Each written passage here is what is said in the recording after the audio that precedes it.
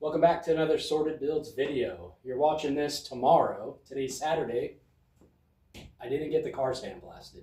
So that was what was going to be today's video. But instead, we're going to have to figure out what to show you. And I have an idea. It has to do with something in this area. But in order to accomplish it, we need to go to the junkyard.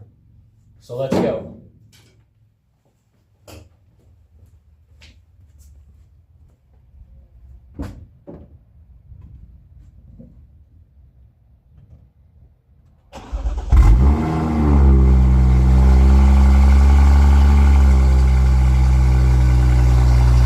All right, so we're headed to the junkyard. I have an idea for the rear trunk of the car, and we got to go see if we can find some parts that will make it work the way I want it to. So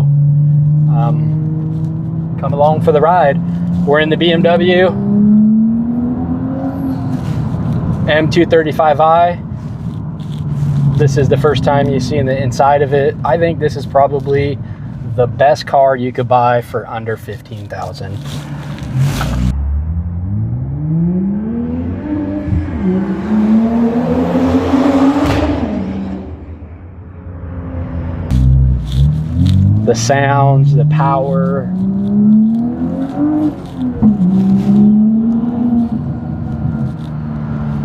Anyways, just a fun little daily driver, so we're headed to the junkyard and we'll see you when we get there.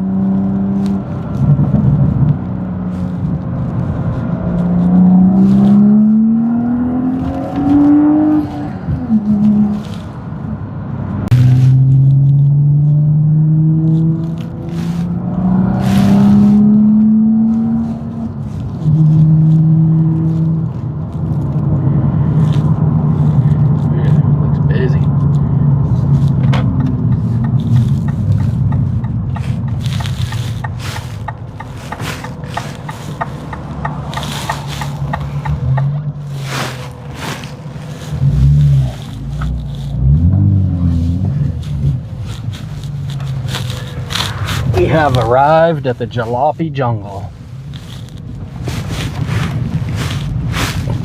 Only costs $1 to get in, and then this is a U-pull, so you pick your own parts.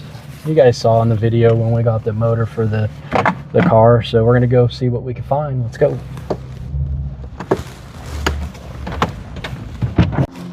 All right, so we're in here at the junkyard and I found something that's interesting. I guess I need to describe first what we're gonna do. And it may be in the thumbnail pic, so you might already have an idea of what we're doing. But on the Porsche 914, it has an engine cover that opens this way, and then it has a trunk that opens this way as well. And when they're both open, there's limited amount of space to be able to get into the engine compartment.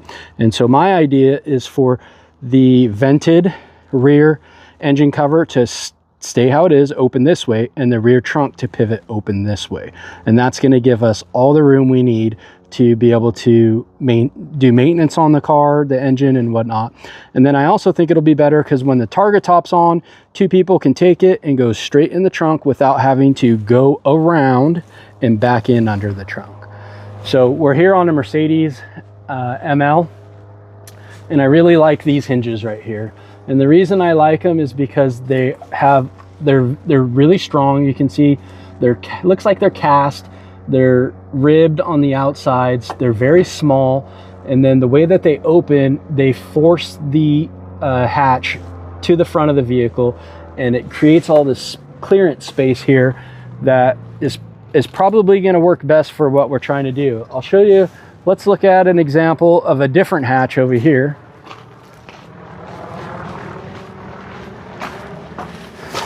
And so you see this style hinge doesn't look as strong to me. It's got the pin in the middle, which could wear out. And then also, if you look at the lip of the hatch right here, it turns right in.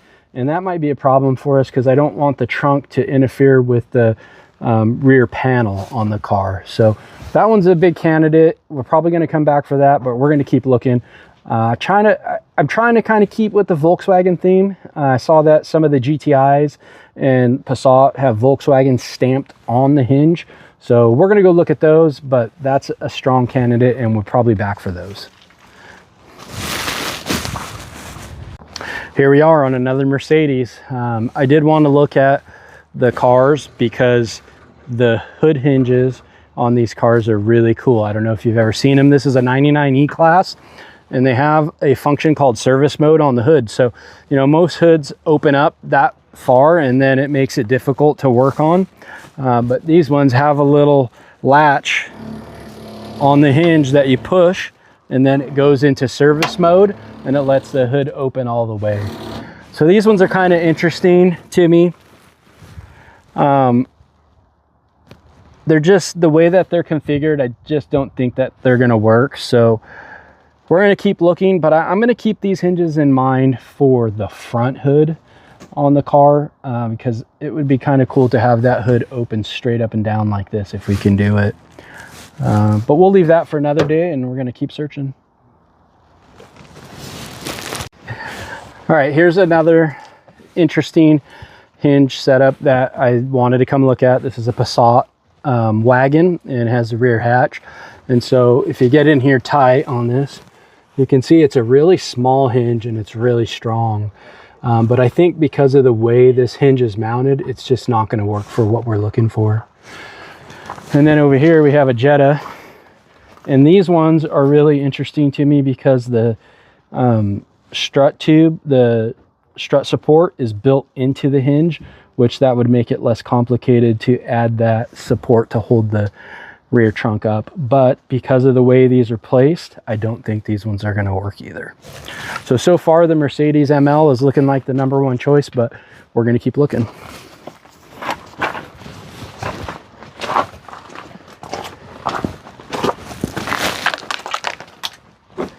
All right, this is cool. This is an 81 Rabbit 2-door.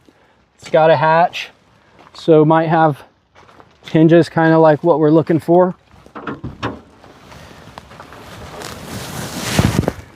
Yeah, these ones are, it's kind of funny. You got like 30 years difference between this and the Passat, and they're very, very similar. So, which is pretty common for Volkswagen. They just keep using things that work, but those ones aren't going to work for us, so we're going to keep looking.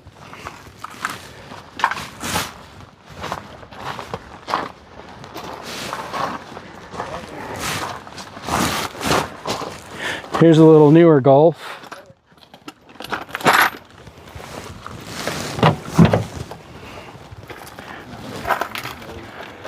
Yep, still look the same as what that Rabbit did.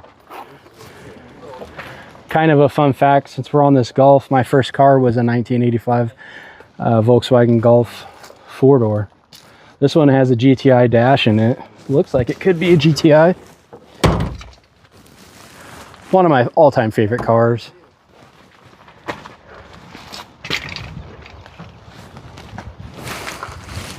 Pretty sweet. All right, we found another hinge that could possibly work. This is a Mini Cooper.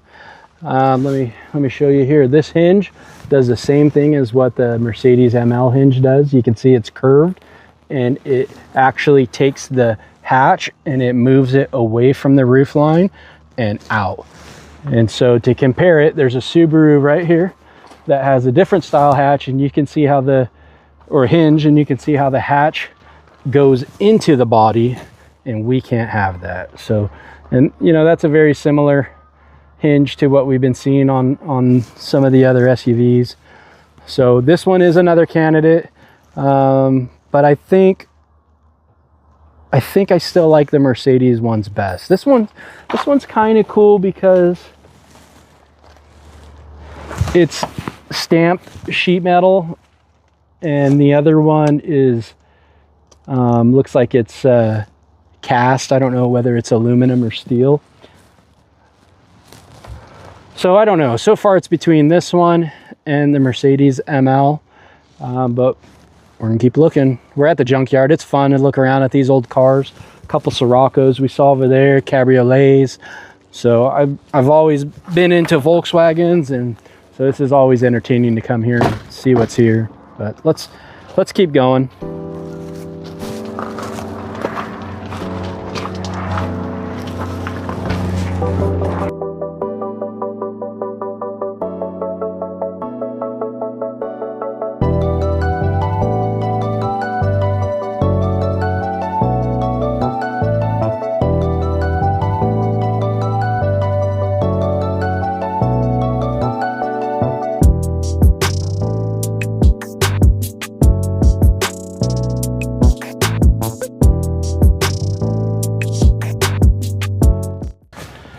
All right, so I decided I'm going to take the hinges off the Mini Cooper and I'm going to take the hinges off the Mercedes ML. They'll have two different sets and we'll see which one ends up working the best. So I'm going to put you in a time lapse and I'll get these off and then we'll go over to the Mercedes and get those off as well.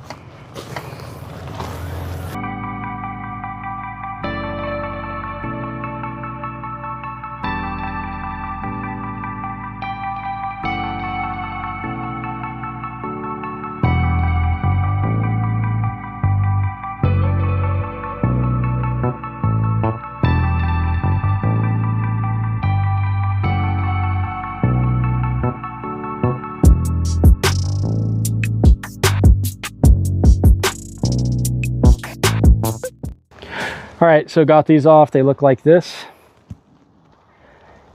So now we're gonna go see if we can get the Mercedes ones off. I'm kind of short on tools. I thought I grabbed a ratchet and I didn't, but we're gonna see if we can make do with some wrenches. So let's go. All right, we're back here at the Mercedes. I'm gonna pull these off real quick and then we're gonna get out of here and see if this works. So we'll put you on time lapse again.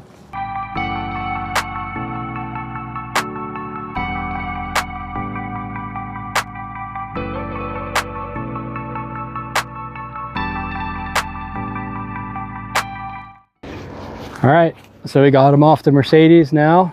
These are the two hinges. You can see they're almost identically shaped. This one on the Mercedes is probably better because it has two bolt holes there. And this one has a single. So this one's gonna prevent it from articulating side to side. So in the end, it's probably gonna be this Mercedes ones. So anyways, let's get out of here. We'll get back to the house and show you what exactly we're gonna do with these. All right, so we're back here at the house. And I just wanted to, I put the hood back on and I put the engine cover back on because I wanted to show you exactly how it was configured from the factory. Of course, if you have a Porsche 914 or you're familiar with them, you know how it works, but if you don't, you've never seen this. And so when you have the rear engine cover open and the trunk open, it makes it very difficult to get in here and work on the engine from the top side. And because our engine is taller and the cylinder head is going to be up in that area, it would be nice to be able to have more space, more access in there. Yeah, so that's how it's normally configured. Take a look over here at the hinges. These are the old hinges that were in the vehicle for the trunk. And so this one mounted right here to these holes. And you can see it was on like a torsion bar kind of setup that were springs, so when it would open up, it'd hold it up. So we're gonna eliminate these. And then these are the ones we got off the Mini Cooper, and these are the ones that we got off of the Mercedes. And I think I found a spot where I'm gonna mount them. And I think that the best spot is gonna be right up in here somewhere. If you can see that. And so I'll have to build, I'll build out a plate there, probably 1/4 inch thick, put some studs in it, and then mount those hinges right there. And then that lines up with this stop area, this structure here in the trunk. And so I'm gonna have to build out with sheet metal a mounting bracket that will hold this side of the hinge somewhere in there. And so that's gonna give me, I'll do it on both sides, and that's gonna give me my articulating position there. And so let me show you exactly what it's going to look like once we get this changed around. There's no hinges on this hood, but see if I can show you what I'm going for. So it's called a clamshell basically, and so that's what I'm going to be going for, where this hood will open up that way like that. And now it allows me access in there. I don't really like how that's sitting, so I can't hold it too long, but that's how it's gonna go. It'll open up that way, and then it'll make it easier to store the targa top. You'll be able to grab the targa top from here, and with the trunk open, go straight in and lock it in place, instead of having to go up high over the trunk or go around to be able to put it in place. So that's the idea, and that's what I'm going to work on. Look forward to that in Wednesday's video. I should have it completed. I don't have any sheet metal here today to do it, but that gives me something to do. It looks like the hinges are going to work great, and all I have to do is execute it. So stay tuned, subscribe, and like this video, and you'll see the results in the next one on Wednesday. Thanks for watching, and have a good Easter tomorrow.